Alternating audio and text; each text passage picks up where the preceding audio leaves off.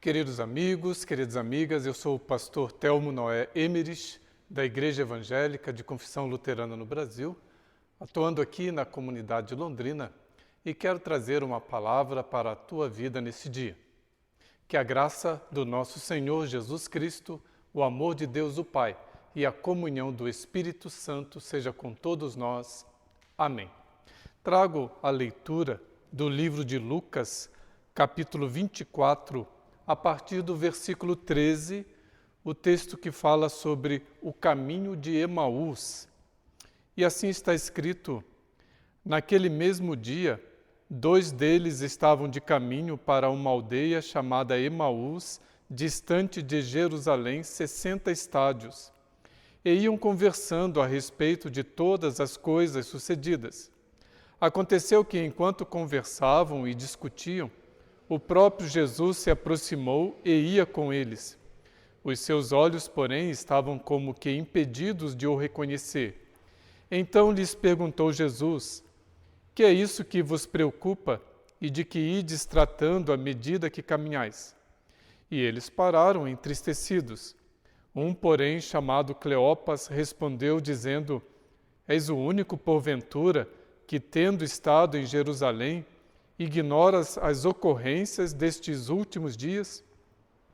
Ele lhes perguntou quais, e explicaram o que aconteceu a Jesus, o Nazareno, que era varão, profeta, poderoso em obras e palavras diante de Deus e de todo o povo, e como os principais sacerdotes e as nossas autoridades o entregaram para ser condenado à morte e o crucificaram. Ora, nós esperávamos que fosse ele quem havia de redimir a Israel, mas, depois de tudo isto, é já este o 3º dia, desde que tais coisas sucederam. É verdade também que algumas mulheres, das que conosco estavam, nos surpreenderam tendo ido de madrugada ao túmulo, e, não achando o corpo de Jesus, voltaram dizendo terem tido uma visão de anjos, os quais afirmam que ele vive. De fato, alguns dos nossos foram ao sepulcro e verificaram a exatidão do que disseram as mulheres, mas não o viram. Então lhes disse Jesus: ó nécios e tardos de coração, para crer tudo o que os profetas disseram. Porventura não convinha que o Cristo padecesse e entrasse na sua glória? E, começando por Moisés, discorrendo por todos os profetas, expunha-lhes o que a seu respeito constava em todas as Escrituras. Quando se aproximavam da aldeia para onde iam, fez ele menção de passar adiante.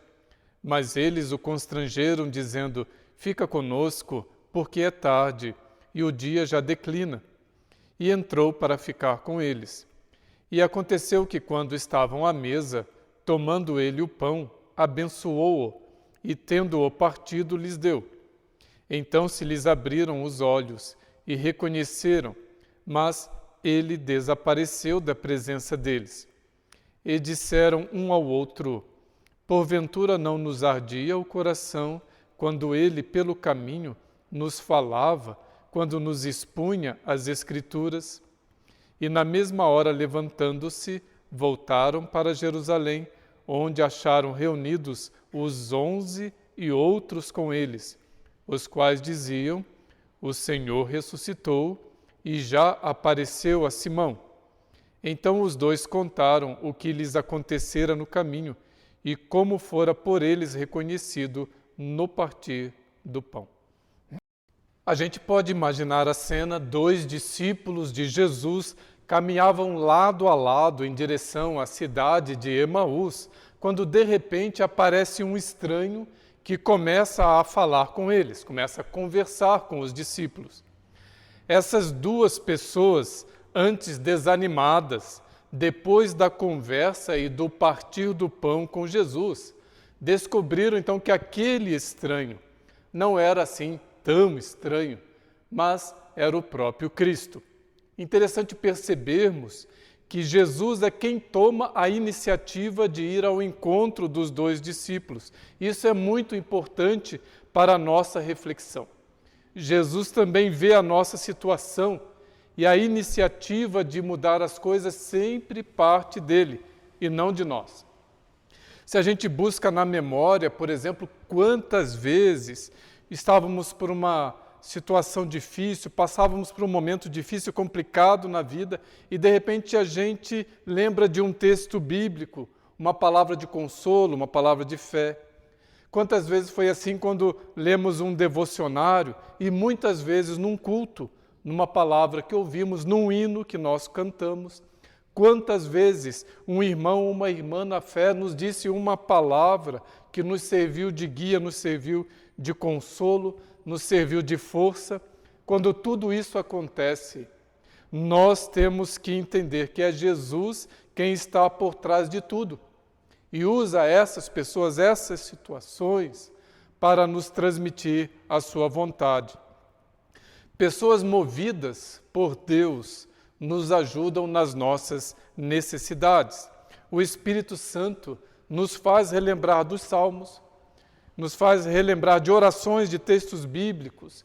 Tudo é o agir de Deus. Ele toma a iniciativa de nos ajudar na nossa dor, no nosso sofrimento. Quantas vezes, assim como os discípulos nesse caminho de Emaús, nós também podemos ter a impressão de que Deus realmente nos abandonou, que Ele não caminha conosco, que nas nossas dificuldades Deus não está presente. Podemos pensar que Deus não se importa com a nossa dor.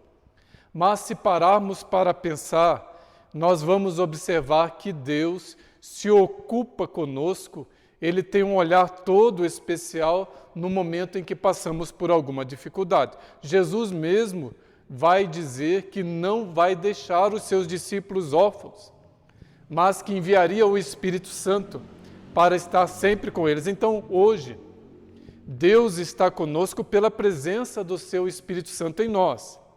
E esse sentimento de solidão, esse sentimento de abandono, deve dar lugar à fé nas palavras de Jesus: eis que estou convosco todos os dias. O texto, irmãos, tem vários ensinamentos. Entre eles, é que Jesus caminhava com os discípulos e nesse caminhar com os discípulos, Jesus se revela quando ele vai falar das Escrituras Sagradas. Por assim dizer, Jesus mostra o seu rosto quando ele fala a respeito das Escrituras Sagradas. E isso nos ensina que se nós queremos realmente conhecer melhor a Jesus, queremos conhecer qual é o rosto de Jesus, nós precisamos, mais do que nunca, meditar na palavra de Deus.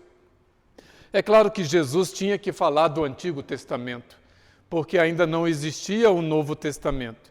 Mas hoje nós, além do Antigo Testamento, nós temos o Novo Testamento, nós temos os Evangelhos. E quando nós estudamos de uma forma bem especial os Evangelhos, nós vamos ver ali o Jesus histórico. E quando nós reparamos o Jesus histórico, nós então enxergamos o rosto de Jesus. Nós entendemos e enxergamos o rosto do próprio Deus no rosto do Jesus histórico. Naquele Jesus de Nazaré, aquele Jesus pobre e humilde que caminha com pessoas simples, que não faz distinção entre ricos e pobres, que não julga, aquele que acolhe, que cura, que perdoa, que ensina, que orienta, que não aceita o pecado, mas perdoa o pecador e diz: vá e não peques mais. Este Jesus é revelado quando nós meditamos na Bíblia e de forma bem especial nos Evangelhos. Conhecer esse Jesus histórico é fundamental para a nossa fé, pois nos livra de falsas imagens sobre Jesus, falsas interpretações.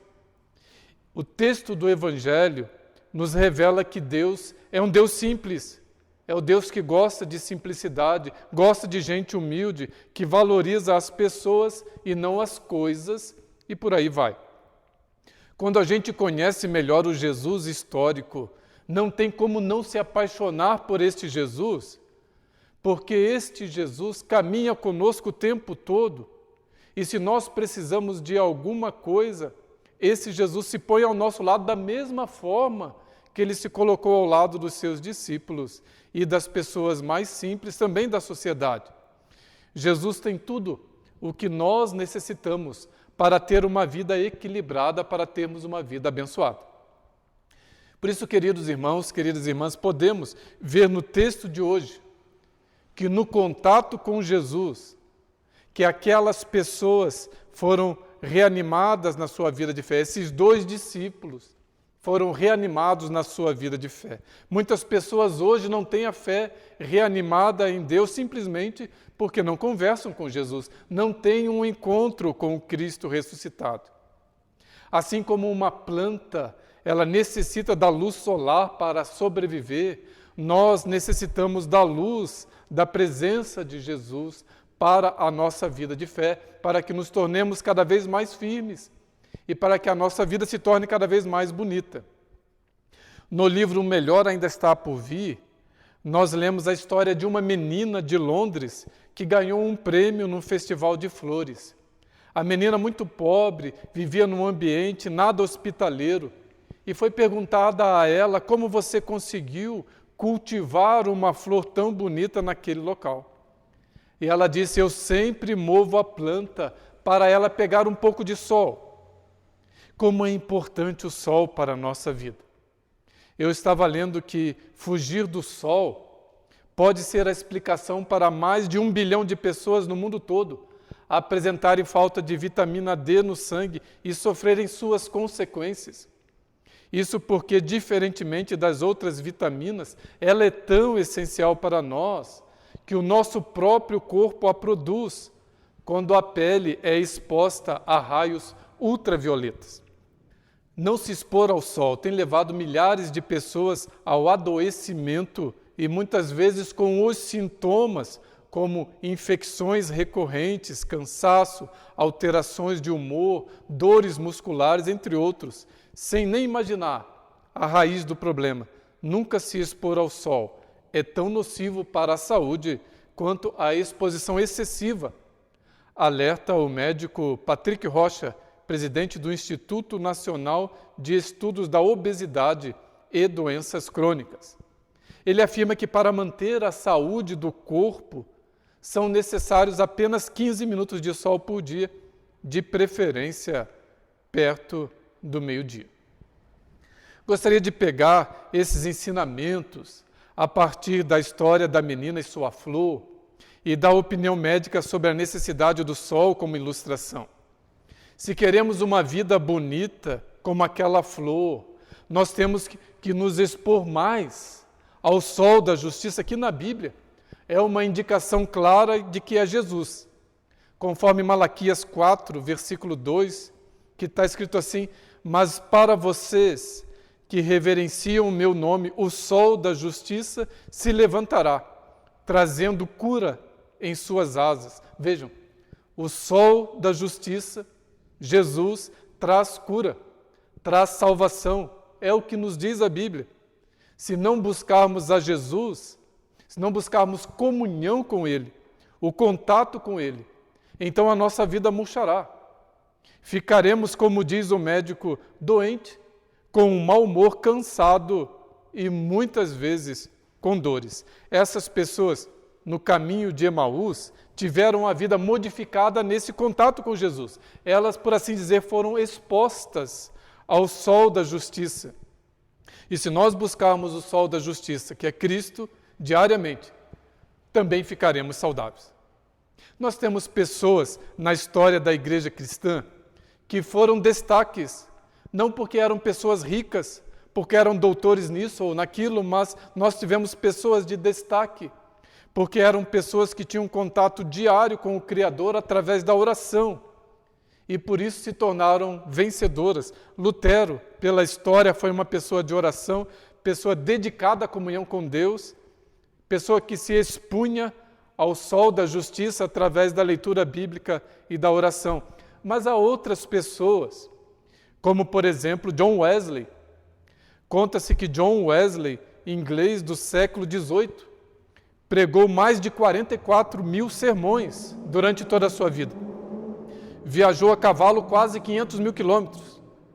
escreveu livros de gramática e teologia em 4 línguas, mas sempre teve tempo para a sua hora devocional. Ainda criança, ele decidiu dedicar 1 hora todas as manhãs e todas as noites no estudo bíblico e a oração, e manteve sua promessa durante a vida inteira. O contato com Deus, o sol da justiça, é que modifica a história da nossa vida. Foi assim com esses 2 caminhantes na estrada de Emaús e é assim também conosco hoje. Se não tivermos a coragem, a boa vontade e o trabalho de nos colocarmos diante de Deus em oração, seremos flores murchas. O que faz a diferença na nossa vida não é o dinheiro que nós ganhamos, o estudo que temos, mas o estarmos em comunhão com o nosso Deus. Essa é a diferença fundamental. E esses caminhantes de Emaús tiveram seu ânimo recobrado, renovado, porque tiveram contato com Jesus. Aqui, repito o que eu disse antes, foi Jesus quem tomou a iniciativa. E nós podemos dizer que é sempre Jesus que dá o primeiro passo. É Ele quem nos chama a comunhão com Ele pela ação do Espírito Santo. Ele nos chama a orarmos, a buscarmos ao Senhor, a lermos a Sua palavra. A iniciativa é sempre de Deus. Mas cabe a nós uma resposta a essa iniciativa de Deus. Não adianta Deus tomar a iniciativa de vir ao meu encontro se eu me fecho para Ele. Muitas vezes nós estamos desanimados com as coisas, com a vida e pensamos nada dá certo. Mas eu quero dizer, é verdade que às vezes aparecem as nuvens que ocultam o sol, mas o sol continua lá. É claro que tem hora que a gente não está bem, faz parte da vida, mas a nossa atitude deveria ser como a de uma antena, que tenta no máximo possível pegar o lado bom da vida. E na natureza nós temos uma antena assim, que é o girassol. O girassol se volta para onde o sol estiver, mesmo que o sol esteja escondido atrás de uma nuvem. E nós temos de ser assim, aprender a realçar o que é bom, aquilo que é bom, e tanta coisa boa tem na nossa vida, coisa que recebemos das mãos de Deus. O nosso sol, queridos irmãos, é Jesus. Se nós buscarmos a Ele todos os dias, mesmo em dias nublados, nós receberemos dele a força necessária para viver e também receberemos a direção certa a seguir. Muito importante foi para esses discípulos, no caminho de Emaús, o dialogar com Jesus. E isso é muito importante para nós também. E uma coisa bem interessante a partir do texto é que os discípulos estavam caminhando juntos. O caminhar sozinho é muito complicado. Caminhar sem ter com quem compartilhar a vida é difícil. Hoje nós vivemos alguns dias longe uns dos outros. E como isso é difícil. Tem gente, por exemplo, na quarentena que não tem ninguém em casa. E a solidão é algo tão doído. A gente precisa das outras pessoas, porque o ser humano é um ser social por natureza. Ele tem necessidade de conviver com os outros. Mas aqui eu quero dizer uma coisa que não é caminhar também com qualquer pessoa. Porque nem sempre a pessoa que se coloca ao nosso lado é uma pessoa boa para a gente caminhar. A gente que nos desanima, a gente que nos joga para baixo, a gente que não nos faz o bem. Então é importante também nós sabermos escolher com quem nós caminhamos. Aqui os caminhantes eram os discípulos de Jesus, ou seja, eram irmãos na fé.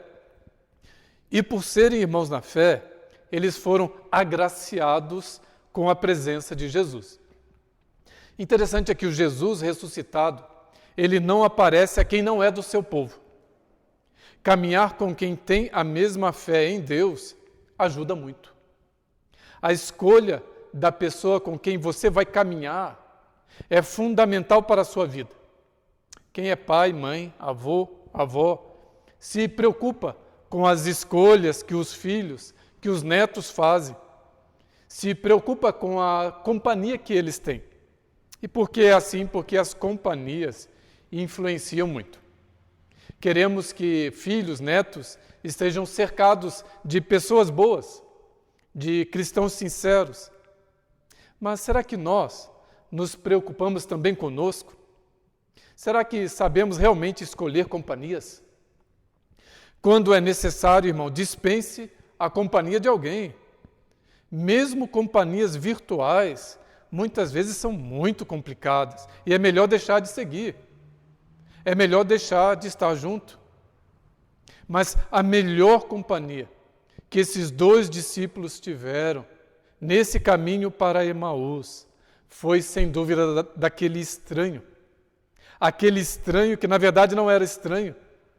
Era o melhor amigo deles. E quando nós desprezamos a companhia de Jesus, quando nós nos fechamos, quando nós fechamos a porta e não deixamos este Cristo entrar na nossa vida, nós dispensamos a melhor companhia que alguém pode ter.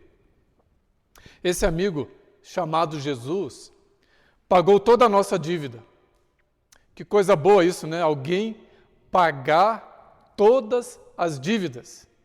Certamente você gostaria de alguém que pagasse seus boletos que vem a cada mês. Como seria bom isso? Alguém que paga todos os meus boletos. Mas Jesus pagou muito mais do que uns boletos. Ele pagou pelos nossos pecados, que nos separavam de Deus, que nos separavam de uma vida abençoada aqui e da eternidade no céu. Nós conhecemos amigos que, quando tudo está bem, então eles estão perto. Mas quando as finanças apertam e se pede para um amigo algum dinheiro, aí vemos a amizade muitas vezes sair correndo. Mas Jesus é aquele que pagou inteiramente as nossas dívidas com a sua morte na cruz do Calvário. E porque Ele pagou as minhas dívidas, as suas dívidas, nós podemos viver livremente. Tem a história de um homem que cometeu um crime e foi trazido perante o tribunal. Sentiu-se grandemente encorajado quando notou que o juiz era o seu melhor amigo. O culpado ficou certo de que o juiz daria um jeito na lei para ajudá-lo. O juiz, no entanto, não poderia abusar da justiça e sentenciou seu amigo a pagar uma multa muito elevada. O culpado ficou em pé, desiludido, pois era pobre e não podia pagar. Ele não acreditava no que havia acontecido. O juiz então se levantou e deixou a sala do tribunal. E a decepção desse pobre homem se transformou em alegria, quando ele soube que o juiz parou no guichê da tesouraria do tribunal e pessoalmente pagou a fiança e toda a dívida do culpado. É uma pequena ilustração importante para nós. Nós temos o amigo que paga as nossas dívidas. Nós temos o amigo que pode nos socorrer em todas as circunstâncias. E esse amigo é Jesus Cristo. Caminhar com esse amigo é tudo o que necessitamos na vida. Esse amigo deu a vida por mim e por ti. Esse amigo é sem igual. Então, se você precisa de conselhos, e por que não dizer se precisa de auxílio material, porque ele nos dá também o pão de cada dia. Se você precisa de força, de fé, de direção, tudo isso está nas mãos desse amigo. Por isso, o meu conselho: não ande sem esse amigo. Ele é a diferença entre uma vida com qualidade, como aquela planta daquela menina, porque ele é como o sol para a planta daquela menina. Sem o sol, aquela planta iria murchar, iria perder a beleza. Sem Cristo, o nosso sol, nossa vida é murcha, nossa vida é sem graça. Queridos irmãos, eu temo que muita gente que ouve o Evangelho dispensa no dia a dia a presença de Jesus. Não o busca. São pessoas que não pedem a sua direção, os seus conselhos, a sua luz. Se não conversarmos com Cristo, se não buscarmos a sua direção, podemos ter certeza, nós vamos perder muito. Aqueles discípulos certamente tiveram o ânimo recobrado quando estiveram em contato com o Senhor ressuscitado. Sua fé, sua coragem e sua alegria retornaram. Quem sabe até mais do que antes, pois viram o Messias, viram o seu mestre o seu Senhor ressuscitado. Quantas vezes nós podemos ter a sensação, como eu disse no princípio, que Deus se esqueceu de nós. Podemos pensar, Deus está muito distante. Quantos são levados a pensar que Deus não existe? E outros, ainda mais cruéis, acham que Deus morreu. Mas o nosso Deus está vivo. E quando nós temos um encontro com o Cristo vivo, com o Cristo ressuscitado, tudo muda. O ânimo é recobrado novamente, a alegria volta. E hoje é dia desse encontro com o Senhor. O Senhor vem até a sua casa e diz: eu estou com você até o fim. Não se preocupe, eu vou caminhar contigo. Se precisar de ajuda, eu estarei ao seu lado. É isso que Jesus vem nos dizer nesse dia. Ele vem fortalecer a nossa fé. Mas eu ressalto novamente, eu tenho que repetir isso: não se feche para Cristo. Ele quer ser seu amigo e ser amigo de Jesus. É a melhor coisa que a gente pode fazer na vida. E a gente é amigo de Cristo quando o acolhe, quando o recebe como o nosso Salvador, quando a gente deposita a nossa confiança de salvação estritamente em Jesus. E não nas nossas boas obras, não na nossa caridade. Claro que devemos fazer boas obras, devemos fazer caridade, mas isso não nos salva. A nossa salvação depende exclusivamente de Cristo Jesus. Ser amigo de Jesus é receber a Ele como Salvador, é receber a Ele como Senhor. É abandonar aquela arrogância de querer governar a sua própria vida, mas deixar que Deus guie, que Jesus mande, que Jesus seja aquele que senta não no banco do carona, mas no banco do motorista e nos leva aonde Ele quer. Então, quando recebemos a Cristo como nosso Senhor e Salvador, o recebemos como nosso amigo. Interessante, tem uma palavra de Lutero que diz assim: ter Deus como amigo é mais consolador do que ter a amizade de todo mundo.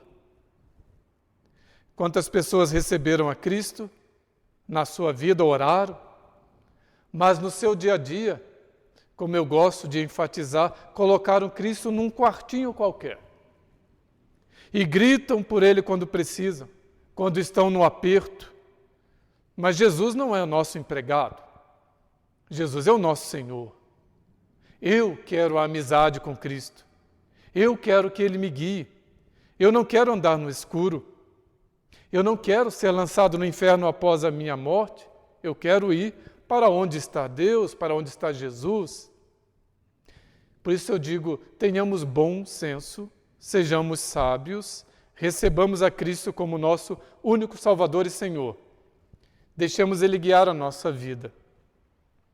Por isso eu gostaria de dizer, para finalizar, quem sabe você já teve um encontro desse com o Cristo ressuscitado, como seu Salvador, como seu Senhor. Quem sabe até você o recebeu na sua vida.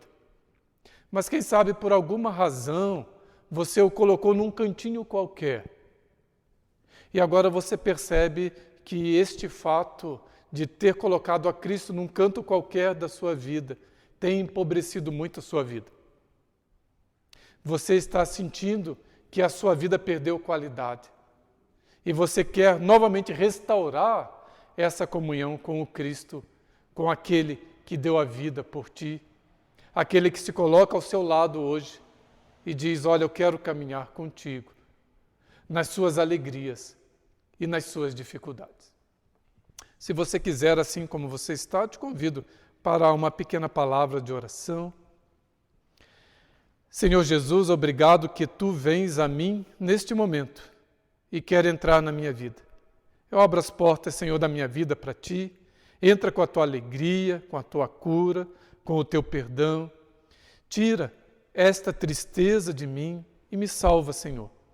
Perdoa todos os meus pecados e dá-me a Tua paz. Eu Te recebo como meu Senhor, como meu Salvador. Ajuda-me a Te colocar sempre em primeiro lugar na minha vida. Amém.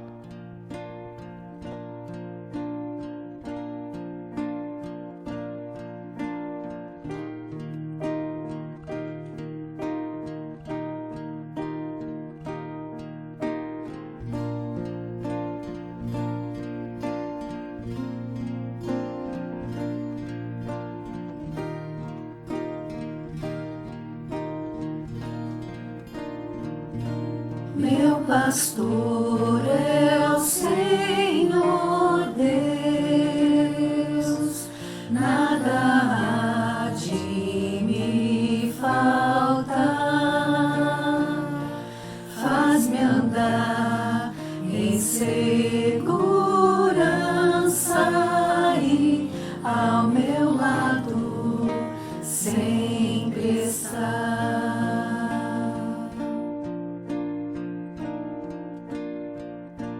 Por amor do seu nome, oferece sua paz. Posso estar tranquilo, pois eu sei, ao meu lado sempre está.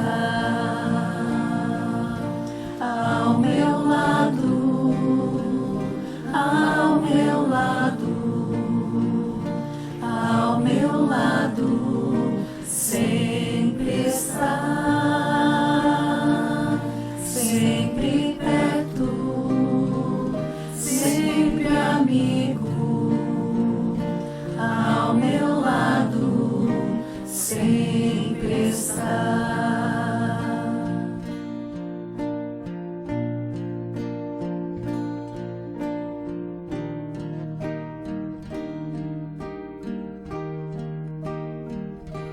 Mesmo quando atravesso noites frias, dor e o mal, tenho paz, pois sei que o meu pastor ao meu lado sempre está. Ao meu lado, ao meu lado, ao meu lado sempre está, sempre perto, sempre amigo, ao meu lado sempre está. Ao meu lado, ao meu lado, ao meu lado sempre está, sempre perto, sempre amigo, ao meu lado sempre está.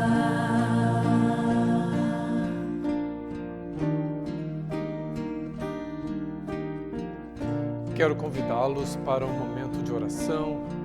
Nós vamos também, na sequência, orar o Pai Nosso e no final eu darei a bênção em nome de Deus.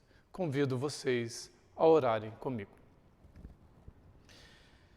Senhor amado, Deus querido, queira nos abençoar neste dia, Senhor, e sempre, bem como a cada pessoa que nós amamos.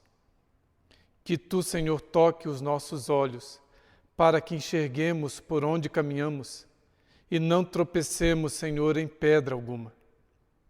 Que Tu, Senhor, nos faça ver os belos propósitos que Tens para nós. Que nossos lábios sejam agraciados constantemente com o sabor do Teu amor. Que as nossas palavras sejam agradáveis ao nosso próximo. Sejam as nossas mãos acariciadas pelas Suas mãos, Senhor. Que elas nunca sejam usadas para o mal, mas sejam instrumentos da Tua ação neste mundo.